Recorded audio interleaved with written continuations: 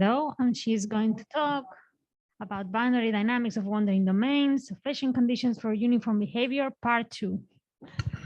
Thank you, Leticia, for the introduction, and thanks to the organizers for the invitation. It's great to be back here in the new lecture room, giving a Blackboard talk after 2 years almost. So yes, as Leti said, the title of the talk is Boundary Dynamics of Wandering Domains.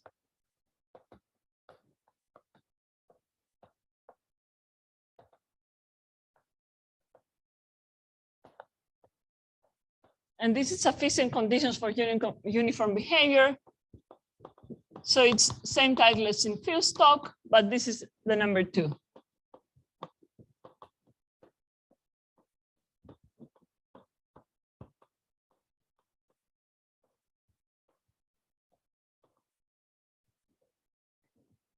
So see, bigger?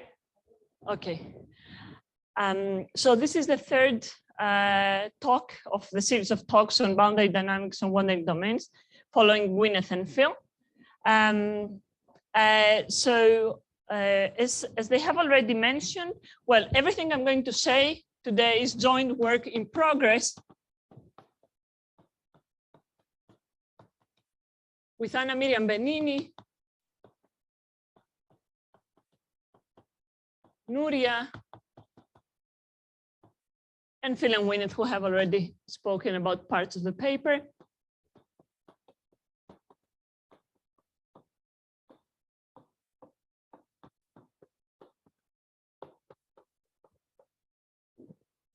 So I'm going to focus on, so Gwyneth gave an overview of the topic, and then Phil focused on a specific part of it.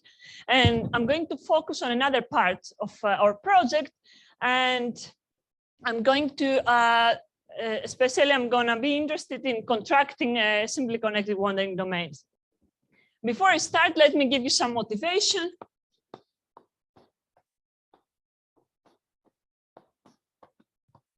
So the general motivation, as they have already mentioned, both Phil and Gwyneth, was to study, following our work on internal dynamics of simply connected wandering domains, was to move on and study the boundary dynamics of simply connected wandering domains.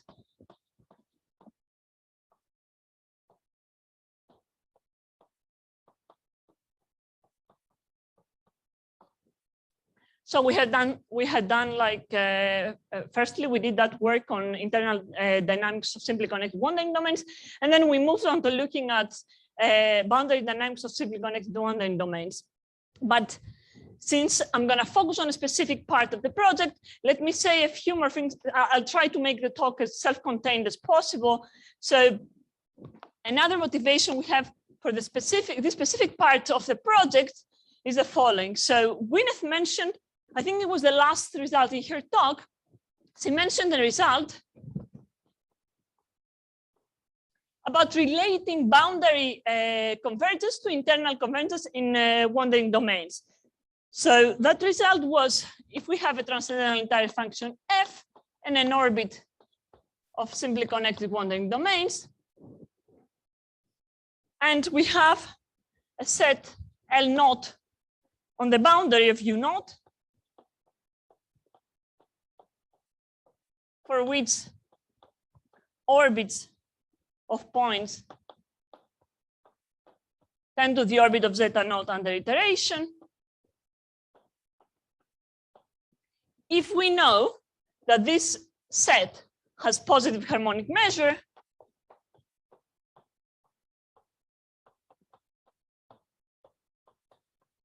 with respect to U naught,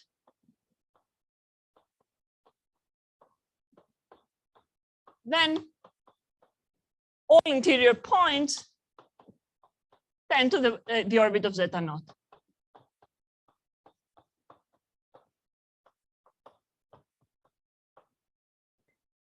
So while working on this result, we wanted to relate the boundary convergence with the internal convergence in wandering domains. So while working on this result, there was a question that arose naturally. And this is part of my motivation for the theorem I'm going to talk about today. So the question that arises naturally from this theorem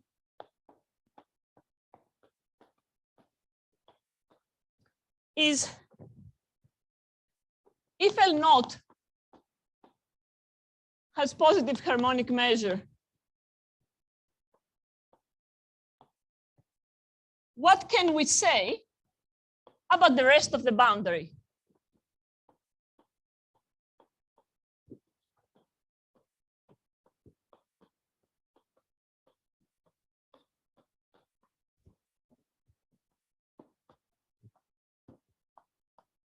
So we have a set on the boundary of U naught of positive harmonic measure where orbits converge to the orbit of zeta naught. Can we say anything about the rest of the boundary? So this was our basic motivation for the theorem I'm going to talk about today. And there is another part of the motivation related to a result by Pomerenke, but we will come to that later in the talk.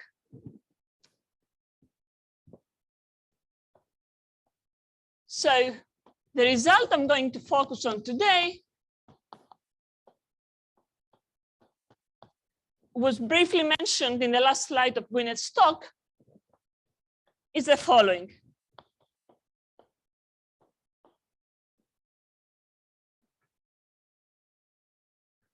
So again, we have a transcendental function f and an orbit of simply connected wandering domains,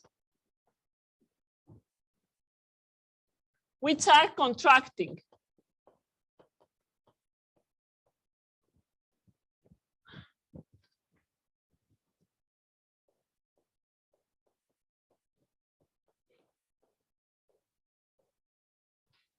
So we have a sequence of contracting simply connected wandering domains, and then for any zeta naught on the boundary of U naught,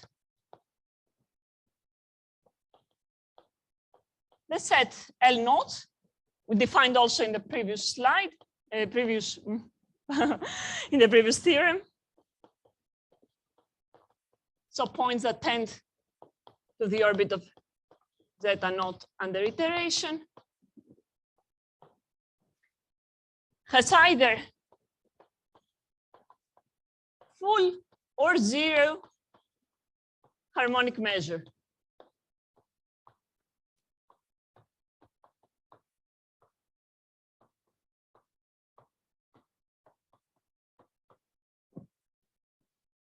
What does this tell us? Two things to look at the first. Like when we first look at it, it's two things that we need to keep in mind. First, we have an assumption here on the wandering domain being contracting. So when looking at the question we wanted to address here, we were actually looking for sufficient conditions that will allow us to tell something about the rest of the boundary.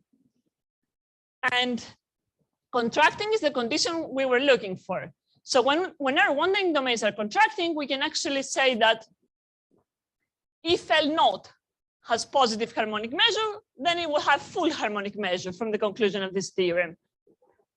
Contracting, thanks. So contracting was briefly mentioned also earlier. We say that the simply connected domain is contracting if all points in the wandering domain have orbits for which the hyperbolic distance tends to 0. So the hyperbolic distance between any two orbits of points tends to 0 for all points in the wandering domain.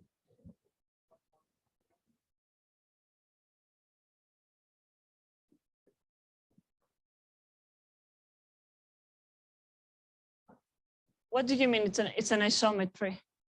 So no. Ah, sorry. Yeah, no, it's not. So I will speak about it again later and in more detail, but we classified simply connected wandering domains in terms of hyperbolic distance to contracting, semi-contracting, or eventually isometric, depending on the hyperbolic distance between pairs of points. Okay, so the result I'm going to focus on today is theorem 1, and in the second part of the talk, I will try to give the proof of theorem 1. But before going to the proof of theorem 1, as we have already seen again today, our motivation was to look at boundary dynamics in wandering domains, but we actually ended up with results in a much more general setting. So before moving to the proof of theorem 1, I want to say a few things about our general setting in which an analog of theorem 1 can also hold. We will work with wandering domains most of the talk, but let me say a few things about the more general case.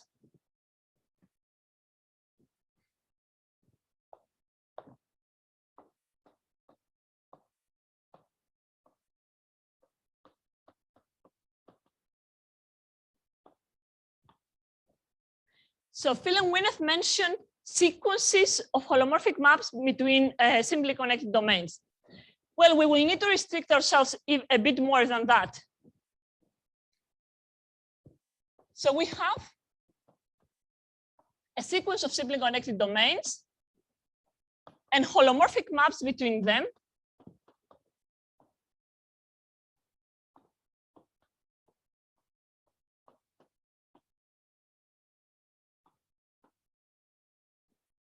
This is F3 and this is Fn.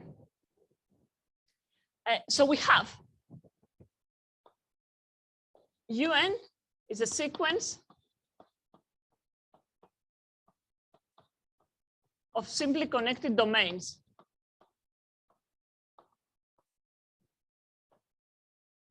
Fn, going from UN -1 to UN, is holomorphic.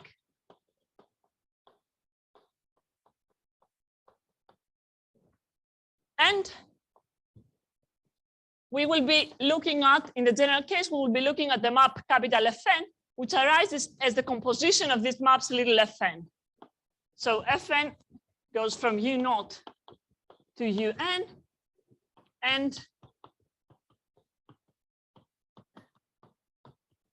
it is the composition of the maps little fn.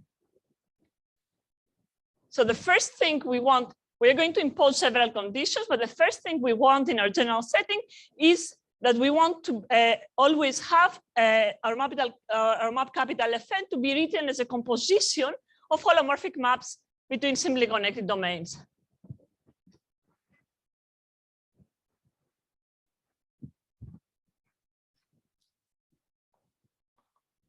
The next thing we want in our general setting, and is, as I promised earlier, I will say more about it, is we want an analog of the contracting hypothesis. So to do that, let me say a few things about how we can extend our classification on wandering domains to a more general setting. So I mentioned that we have already classified simply connected wandering domains in terms of hyperbolic distances into contracting, semi-contracting, and eventually isometric. Well, now I'm going to say how we extend the definition, this classification to the setting of compositions of holomorphic maps between simply connected domains. So if we have a sequence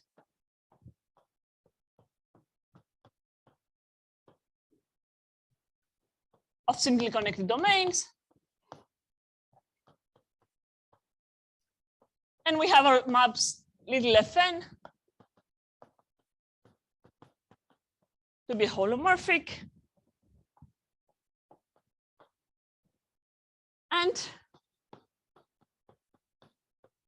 we suppose that the points Z and W in U0 have distinct orbits.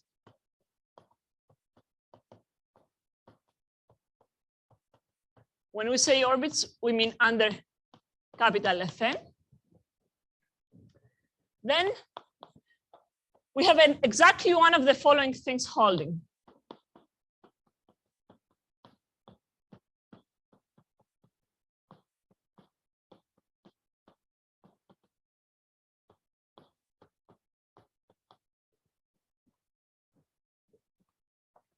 So in the first case, hyperbolic distances in UN between orbits of points tend to 0 for all points And in this case, we say that our sequence capital Fn is contracting.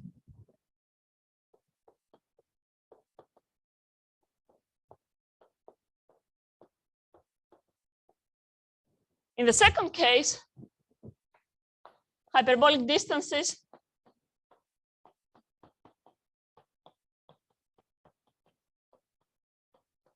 decrease, but they do not tend to 0.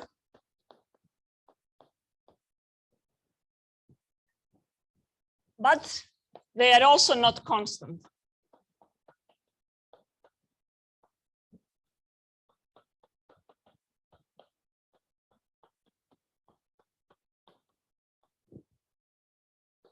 For any such pair, Z and W. And in this case, we decrease, but we don't tend to 0, and we are not eventually constant. We call Fn semi-contracting.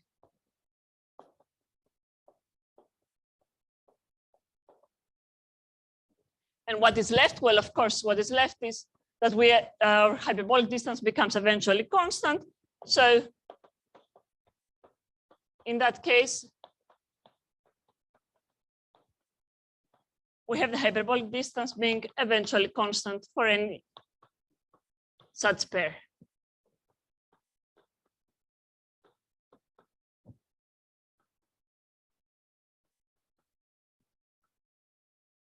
And in that case, we say that our sequence Fn is eventually isometric.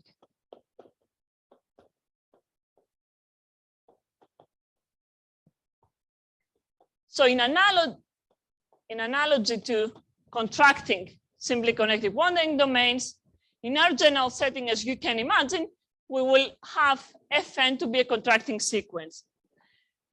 One thing to note here is that I think this was also already mentioned again, is that this classification does not hold in general for sequences of holomorphic functions that do not arise as compositions. So this is one of the reasons that we restrict ourselves in our general setting to compositions of holomorphic maps, because in general, this classification cannot be extended. And note here that it is very important to keep in mind that if we study the hyperbolic distance between one pair of points, this is enough to say what type of a sequence we have. And this is not true in general for sequences that are not compositions. So let me mention why.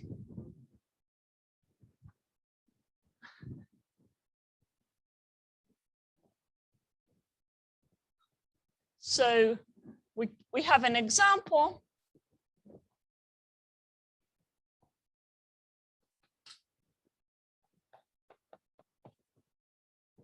We have an example which is a sequence of holomorphic maps that cannot be written as a composition, for which the hyperbolic distance between one pair of points tends to 0, but it doesn't tend to 0 for any other pair of points. So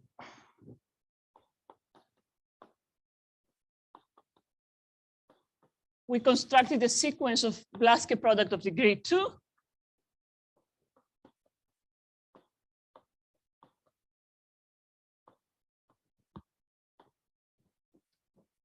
Which is defined as follows. So for a point in a unit disk, and for epsilon between 0 and 1/2, if you take phi of A to be the Möbius map of this form and F epsilon to be Z,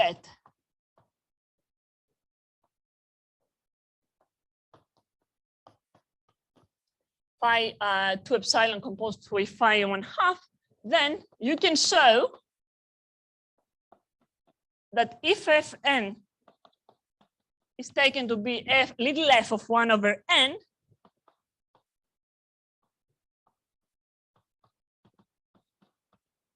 then one can show that the hyperbolic distance between Fn of 0 and Fn of 1/2 tends to 0, but it doesn't tend to 0 for any other pair of points.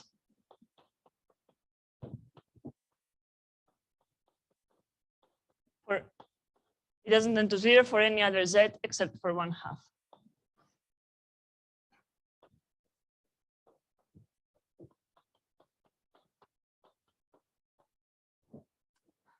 So this shows us that there is no way that we can extend this in a, well, not for all sequences of holomorphic maps that cannot be written as compositions. So since we need the contracting hypothesis, this indicates that considering compositions of holomorphic maps is the correct generalization for our setting. Now, we need a few more ingredients before being able to state the general result, and I want to keep this theorem here. So I will probably delete this one. Yeah.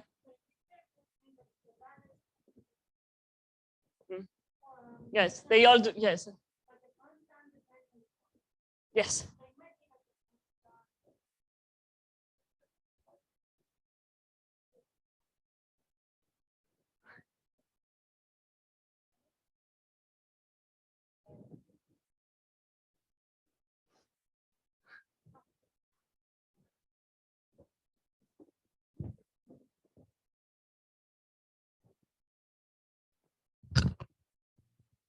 So I was asking Vaso that in theorem after classification A, she was stating that regardless the 2 points that you choose, you're always going to have the same kind of behavior, one of the 3 options.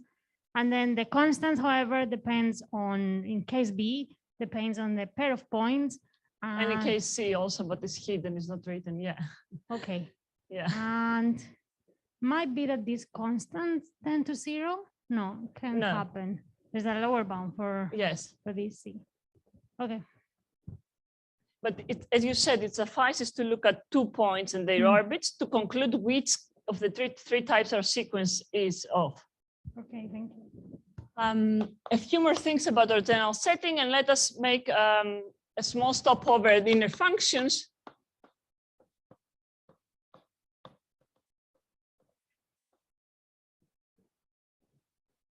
So we can associate a sequence of inner functions to, well, Anna already spoke about it yesterday. We can associate a sequence of inner functions to a sequence of Fatou components. If the Fatou components are invariant or periodic, it's simpler, but we can still do it with a wandering domain. So we'll just obtain a priori different inner functions. So if we have a sequence of wandering domains,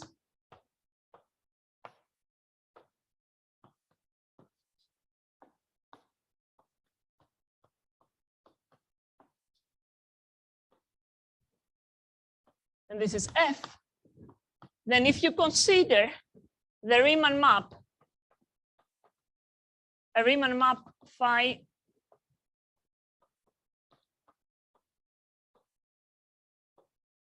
phi n from the unit disk to UN,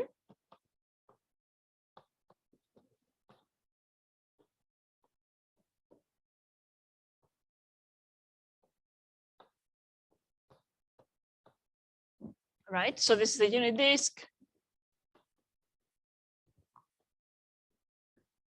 And this here, in this setting, this here down here will be an inner function,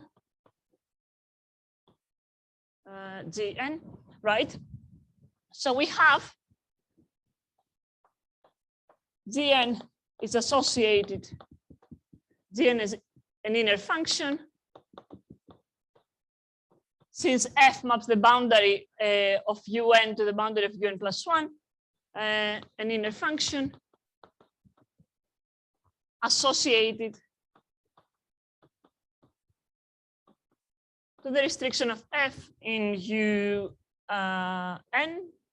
n minus 1. In UN minus 1. And you can also consider up here they iterate f to the n, and down here the composition of the inner functions, and then associate Zn to the iterate Fn. So this will be phi n of f to the n phi naught minus 1.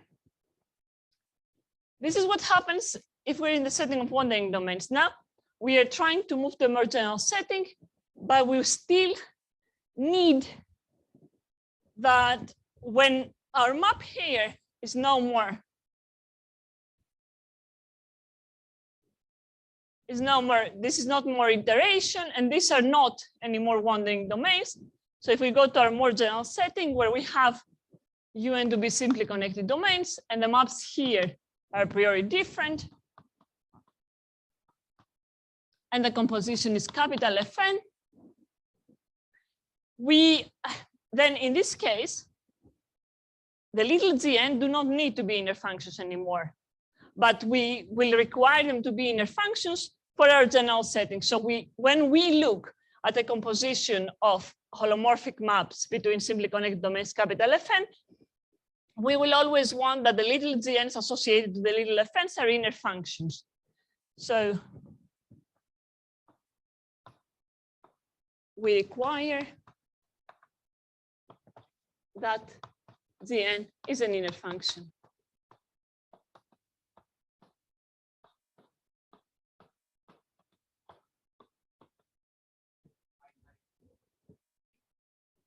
It depends on the wandering domain. In the bound, if the wandering domains are bounded, they have finite degree, and so they are Blaschke products of finite degree. But yes, in general, they can be infinite. Yes.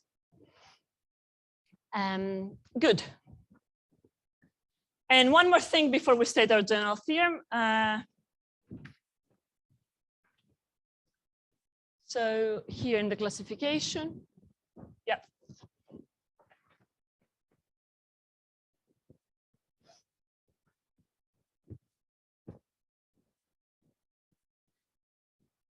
Both Gwyneth and Phil have already mentioned the Danjois-Wolf set that we've been working with.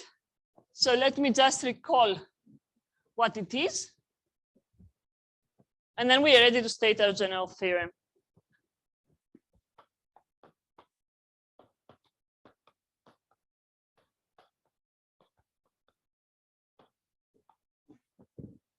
So in analogy to the Danjois-Wolf point for the iteration of holomorphic self-maps of the unit disk, we define the Danjois-Wolf set. Yeah.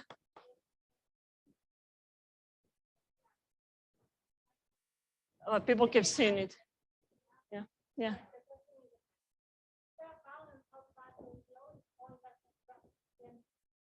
So, sorry?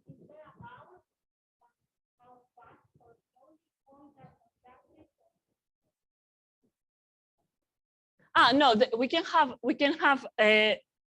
we have conditions on this. That's a good question. They can contract very quickly, which we call super contracting. This is in the case of wandering domains. We have already constructed examples of super contracting wandering domains, which contract much quicker. Yes, it's true. So the Danjois-Wolf set for a point on the boundary of a simply connected domain U0, then zeta is in the Danjois-Wolf set. Well, we mean of Fn, right? In the Danjois-Wolf set of Fn, if for all z in U0, Fn of zeta mu F minus Fn of z tends to 0.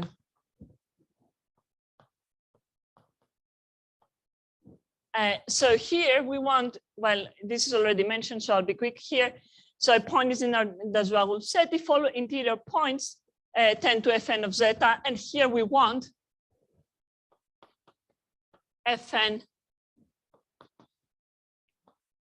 to be well defined. at zeta.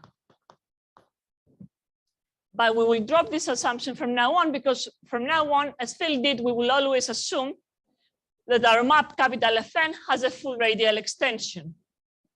So I just stated this definition only to be able to state the most general form of our theorem, which involves the Danzouag set. Is also hidden in here, and we will see now. We'll see now the general version and how it relates to theorem 1. Right, so we can state it here.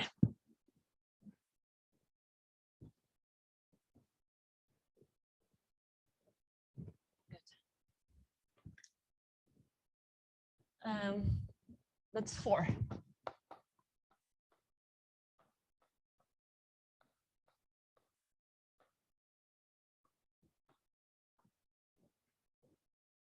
So that's theorem 2. And we have a sequence of holomorphic maps, as we already said, from un minus 1 to un.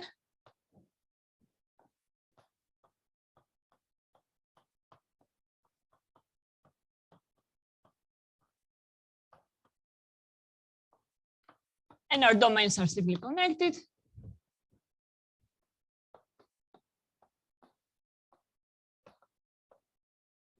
And we want Fn to be such that Gn is an inner function. And now when I say Gn, you always keep that in mind.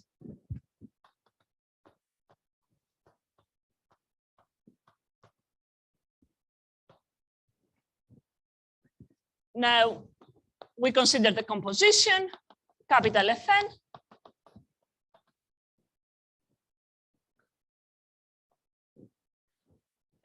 We consider the composition. Let me say here, it goes from U naught to UN. And it's the composition of the maps, little Fn. And such that Fn has a full radial extension.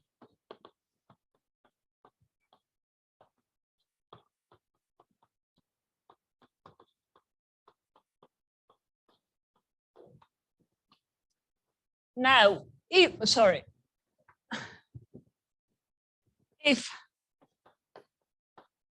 Fn is contracting,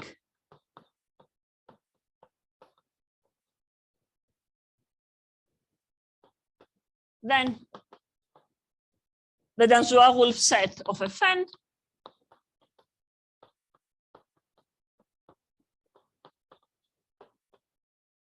has either full or zero harmonic measure.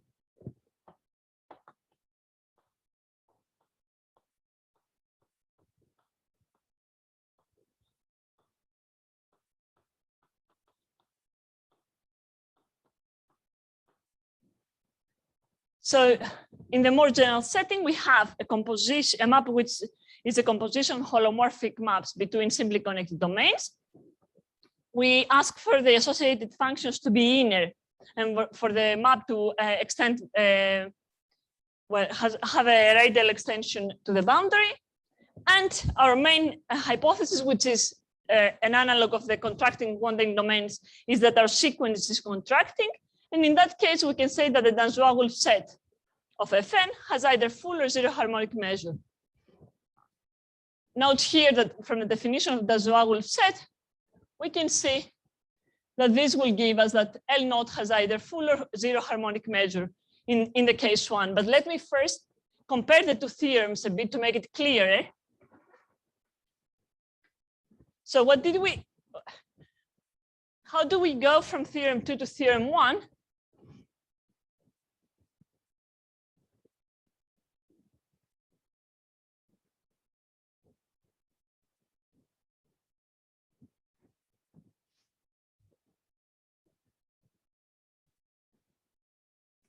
In this case,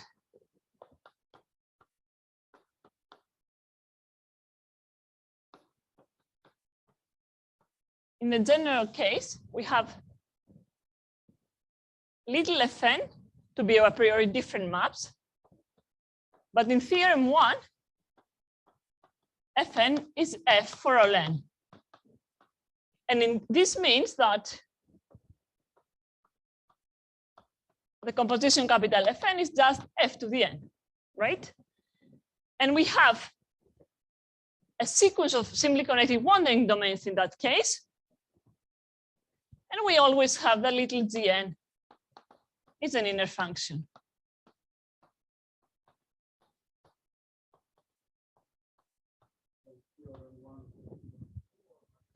Oh no, it's just a comparison. Yeah, from 2 to 1. Yes.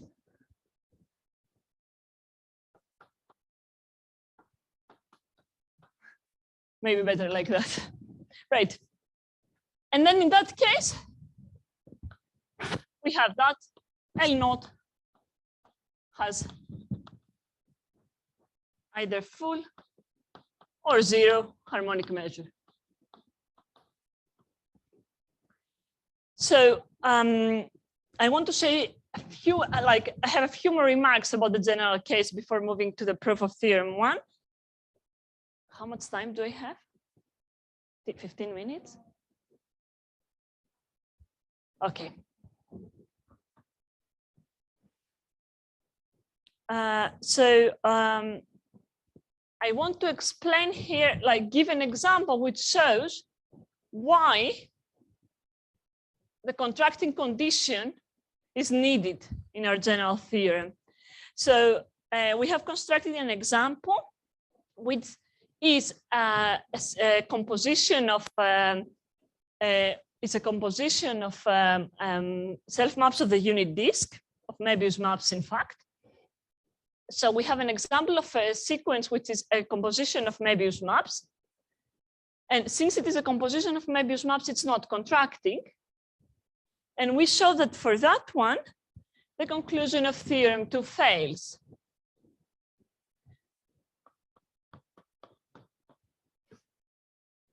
So there exists a sequence of Möbius maps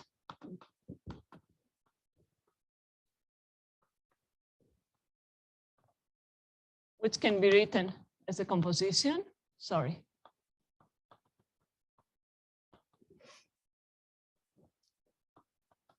Such that they all fix 1. But we have the following very different behavior from the conclusion of theorem 2. So all interior points tend to 1.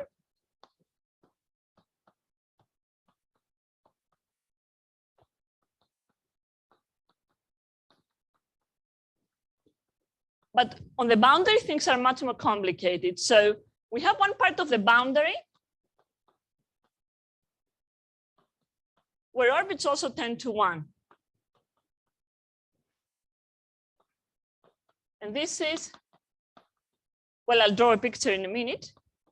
When the argument is less than pi over, it's between minus pi over 2 and pi over 2. But we also have another arc on the other side where orbits do not tend to 1.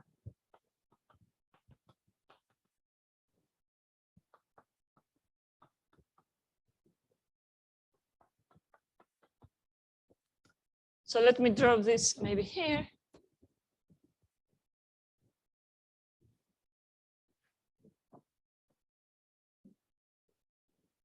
We have a point 1 here. We have all interior orbits tending to 1, but on the boundary we have an arc where orbits tend to 1, and we have another arc. Well, this is not a good color here, where points do not tend to 1. Why is this a contradiction? Because here we said that the Danzouagul set has either full or 0 harmonic measure. And this is not the case here. It has positive harmonic measure, but it's not full.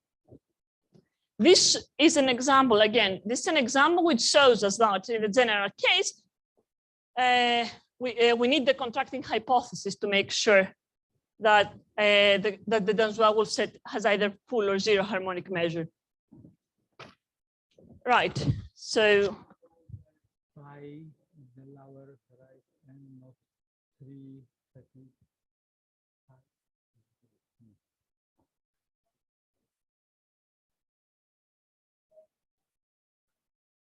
Well, I think that's the one we worked on.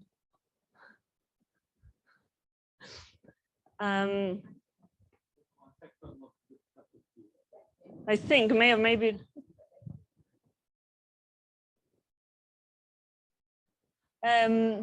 So going towards the proof, well, hopefully, I promised in the beginning that I will give that there is some more hidden motivation about the theorem we're discussing today, theorem 1. And I'm going to go on to that now because this is also part of it is part of the motivation. It's also part of the solution of the problem. So there is a result by Pomerenke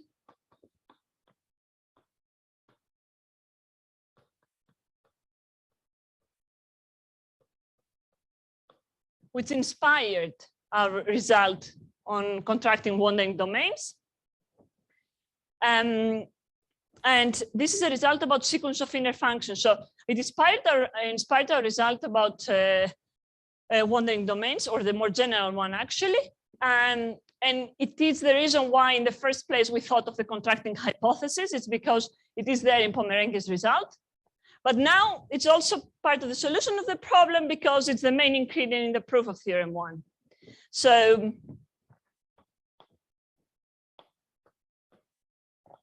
I'm stating a different version from the one that Pomerenke has proved. It's the one we exactly use in our proof, and it can be deduced from Pomerenke's result. So if we have a sequence of inner functions,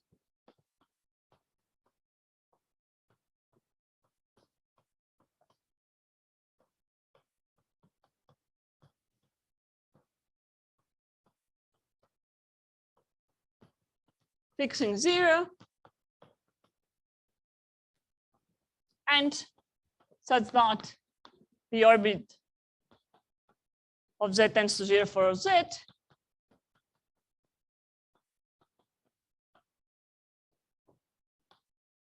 and we have measurable sets on the boundary.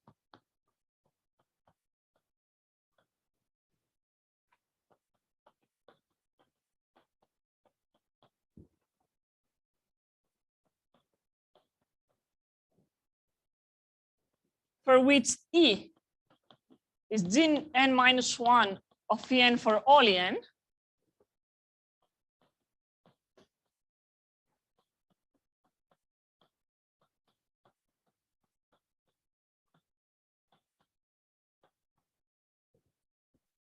Then the set E has either full or 0 Lebesgue measure.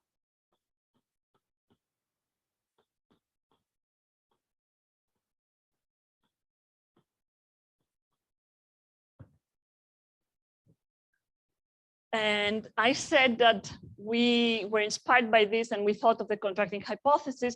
If you look at this, then this means that our sequence is contracting, like in the hypothesis of Pomerenke.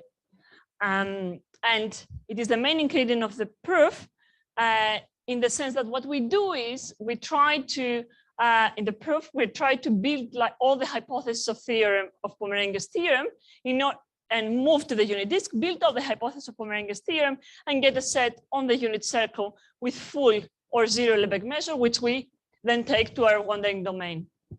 I have like 5 minutes, so I'll briefly sketch the proof of theorem 1.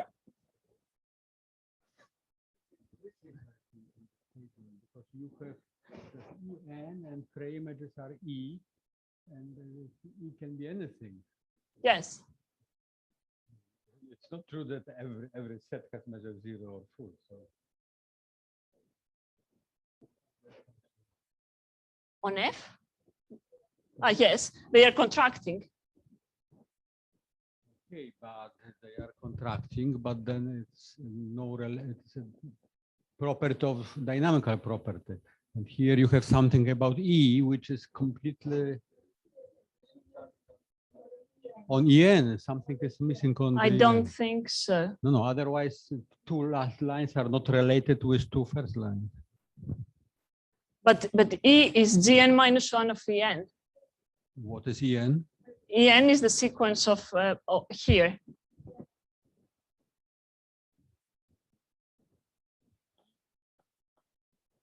There is a sequence on the boundaries En, all of which map to E under Gn minus 1.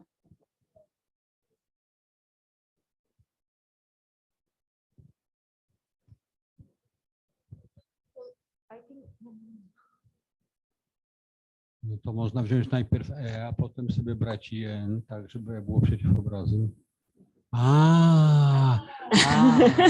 Okay, degree is big, so E is, we get additional knowledge about E from taking parameters. Yes. Okay. It's not anything, it is not anything. Okay, sorry.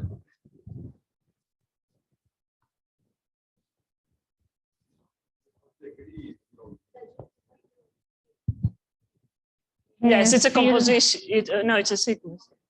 Phil says in the chat that E has to be very special to satisfy this hypothesis.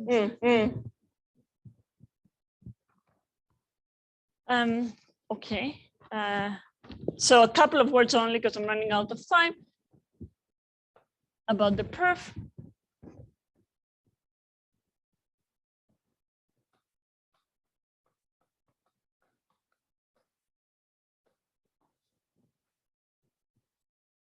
We have our sequence of wandering domains.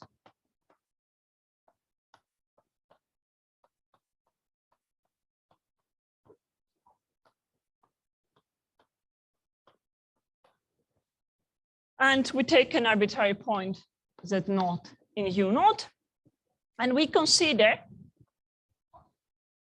a univalent map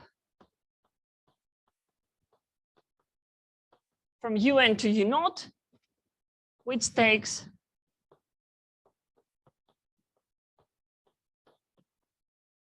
Fn of Z0 back to Z0. And what we want to do is, keep in mind, we want to apply that theorem. So we take a Riemann map to move to the unit disk.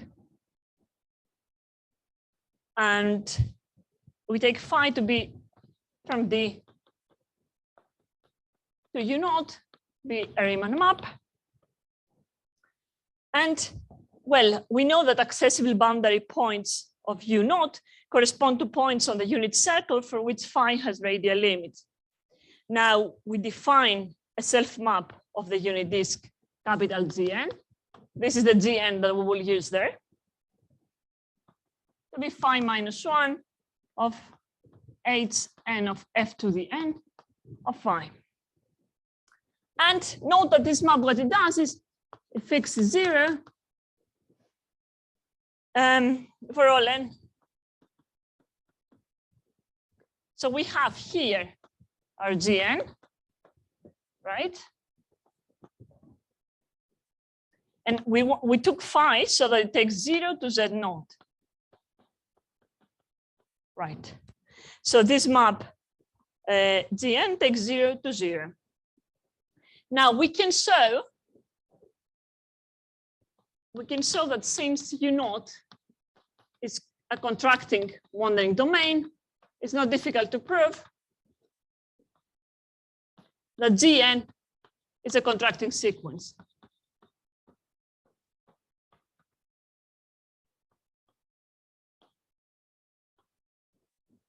Right, and we want that, so we want that too. I'm finishing in 2 minutes.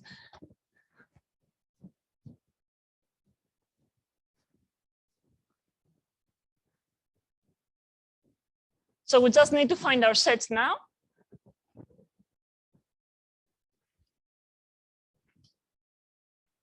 we had L naught being that set there. And we take Ln in the boundary of UN to be a set of points for which Fm of zeta minus Fn plus M of zeta naught, which was on the boundary of U naught, tends to 0.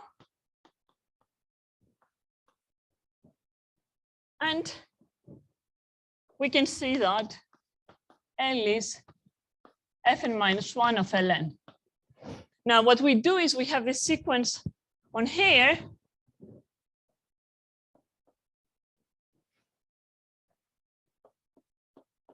But we want to move everything to the unit disk so we can apply the Pomerange's theorem. So to move that, we take E to be phi minus 1 of L and En to be phi minus 1 of Hn of Ln. And we can show, sorry, I'm running a bit now. We can show that Gn minus 1 of En is E for all n, which will then allow us to apply Pomerange's theorem for the Gn we have and E and En we have on the unit circle, because we have now moved to the unit circle. So we have E and En. And we can apply Pomerange's theorem to show that E has either full or zero Lebesgue measure, which we then use to deduce that when we go to the wandering domain, our set L naught has full or zero harmonic measure. And sorry, I took a bit more time, and thank you very much for your attention.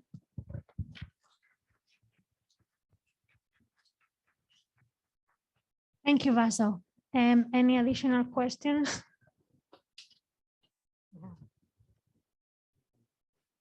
Have you used it, or is it useful, the assumption that if the domain is wandering, then all UN are pairwise disjoint, or in general on your picture? No, we don't. Just the Riemann volume or areas are summable. No, you didn't. No, we don't. Because in the theory of prime ends, such thing is used, but it is different theory. Right. You have plenty of this, not everything packeted. So maybe it's something additional what can be used.